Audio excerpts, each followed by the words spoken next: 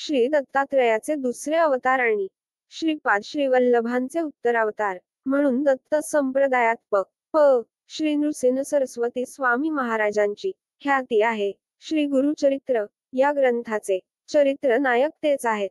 कुरवपूर येथील ज्या अंबिका नावाच्या स्त्रीला श्रीपाद श्रीवल्लभांनी आशीर्वाद दिला होता तीच अंबा भवानी या नावाने करंज नगरातील वाजसनेय शाखेच्या ब्राह्मण कुळात जन्म पावली. तत्कालीन परिस्थितीनुसार योग्य वेळी तिचे लग्न त्याच गावातील शिवव्रती ब्राह्मणाशी झाले. पूर्वसंस्कारामुळे ती त्यावेळीही शनिप्रदोषी पतीसह शंकराची पूजा करीत असे. वयाच्या 16व्या वर्षी तिला एक पुत्ररत्न झाले. त्या पुत्राचे नाव नरहरी असे ठेवण्यात आले. हेच आपले श्री नृसिंह सरस्वती स्वामी होत. जन्मताच हे तेजस्वी बालक ओंकारचा उच्चार करू लागले. बालकाच्या अलौकिकत्वाची वार्ता सर्वत्र पसरली व त्या बालकाला पाहण्यासाठी अलोट गर्दी होऊ लागली. तो मुलगा 7 वर्षाचा झाला तरी काराशिवाय एकही अक्षर बोलत नव्हता. आपल मुलगा मुका निघणार या भीतीने मातापित्यांना अत्यंत दुःख होऊ लागले. अखेर व्रत बंधनाचा उपाय करून पाहण्याचे ठरवले. सांगविधी विधानानंतर नरहरीला गायत्री मंत्राची दीक्षा मिळाली आणि तो मातेकडे भिक्षा मागावयास गेला. ही भिक्षा मागताच त्याने मुखातून वेदवाणी प्रकटविली. त्यावेळी सर्वांनी ह्या दिव्य बटूला नमस्कार केला.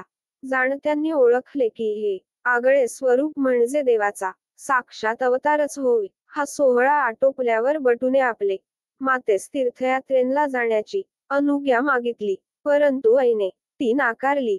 तत्क्षणीच बटूने साक्षात श्रीपाद श्रीवल्लभांचे रूप आईला दाखवून पूर्वजन्मीच्या सर्व गोष्टींची आठवण करून दिली. त्यामुळे तिने बटूस अनुज्ञा दिली. तथापि आपणास पुत्रसंतती प्राप्त होईपर्यंत आपल्यापाशी राहावे अशी इच्छा प्रकट केली व ती बटूने मान्य केली.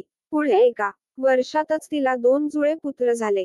या घटनेनंतर थोड्या कालावधीने सर्वांची अनुज्ञा घेऊन श्री नरहरी बटू काशी यात्रेस निघाला. काशीला पोहोचल्यावर नरहरी बटू वर्णाश्रम धर्मानुसार आचरण करू लागला. नरहरी बटूचे शास्त्रोक्त आचरण पाहून तेथील सर्व संन्याशांना आनंद झाला व त्यांनी वयोवृद्ध व तपोवृद्ध अशा अधिकारी श्रीकृष्ण सरस्वती स्वामी मार्फत बटूने संन्यास घ्यावा असा आग्रह केला. त्यानुसार नरहरी बटूने श्री कृष्ण सरस्वतींच्या कडून संन्यास दीक्षा ग्रहण केली व त्यांनी बटूचे नाव नृसिंह सरस्वती असे ठेवले.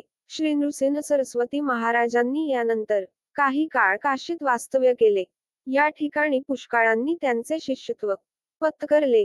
काही काळाने शिष्यासहित महाराज उत्तरेच्या यात्रेस निघाले. या उत्तरेच्या यात्रेच्या निमित्ताने 30 वर्षे तीर्थाटन केल्यानंतर महाराज पूर्वाश्रमीच्या मातोश्रीस दिलेल्या शब्दांच्या पूर्ततेकरिता कारंजा येथे आले. आई वडील बंधू भगिनी यांच्या भेटी झाल्या. त्यावेळी तुम्हाला काशीक्षेत्री मृत्यू येऊन तुम्ही मुक्त व्हाल असे सांगितले. घरातील आणि गावातील सर्व प्रियजनांना आपला अल्प सहवास देऊन श्रीगुरूंनी करंजनगर सोडले. तिथून पुढे श्रीगुरूंनी अनेक ठिकाणी लीला केल्या. अनेक तीर्थक्षेत्रांना भेटी दिल्या. अनेक जिज्ञासूंना व मुमुक्षांना परमार्थाची वाट दाखवली. परळी वैजनाथ जिल्हा बीड येथील एका वर्षाच्या अज्ञातवासानंतर ते भिलवडी या गावी आले. श्री गुरूंच्या चातुर्मास निवासामुळे भिलवडीचे पूर्वमहिमान शतगुणित झाले. पुढे ते कृष्णा पंचगंगा या नद्यांच्या संगमावरील अमरापूर जिल्हा कोल्हापूर या गावी आले व तिथेच 12 वर्षे राहिले. त्यांच्या तपा एवढ्या सानिध्यामुळे हे स्थान पुढे नरसोबाची वाडी श्री क्षेत्र नृसिंहवाडी म्हणून ओळखले जाऊ लागले. या एक तपा एवढ्या संगम निवासात श्रीगुरूंनी अनेक लोकांना व्याधीमुक्त केले. एक तपानंतर श्रीगुरू भीमा अमृजेच्या संगमावर असलेल्या गाणगापूर जिल्हा गुलबर्गा कर्नाटक येथे आले. येथे त्यांनी 2 तपा एवढा काळ व्यतीत केला. गाणगापूर निवासात अनेक घटना घडल्या. अनेक आर्तांची दुःखे दूर झाली. अनेक जण त्यांच्या चरण सेवेत रुजू झाले. यानंतर श्री स्वामी महाराजांची बरीच प्रसिद्धी झाली व अधिक उपाधी वाढू नये म्हणून यात्रेच्या निमित्ताने श्रीपर्वतास जावे व दृश्य स्वरूपात गाणगापूर सोडावे असा विचार महाराजांनी केला व त्याप्रमाणे आपले मनोगत आपल्या शिष्यांस विदित केले. सर्व शिष्य व भक्त यांना अतिशय वाईट वाटले. मी दृश्य स्वरूपात ह्या पार्थिव देह नसलो तरी गुप्त रीतीने व अमूर्त स्वरूपात माझ्या प्रेमळ व अनन्य भक्तांकरिता मी गाणगापुरातच नित्य वास करणार आहे. मी माझ्या निर्गुण पादुका येथे ठेवितो व तेच माझे मूर्त स्वरूप आहे असे समजावं.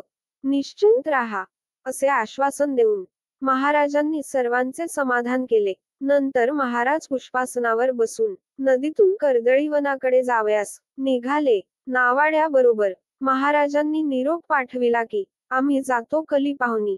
सदा वसो गाणगाभुवनी. मठावर पोहोचल्यावर 4 प्रसाद पुष्पे येतील. ती सायनदेव, नंदी, नरहरी व सिद्ध या 4 शिष्यांनी घ्यावी. थोड्या वेळाने ते चिरपरिचित तेजोमय रूप हळूहळू धुसर दिसू लागले आणि प्रकाशाच्या असीम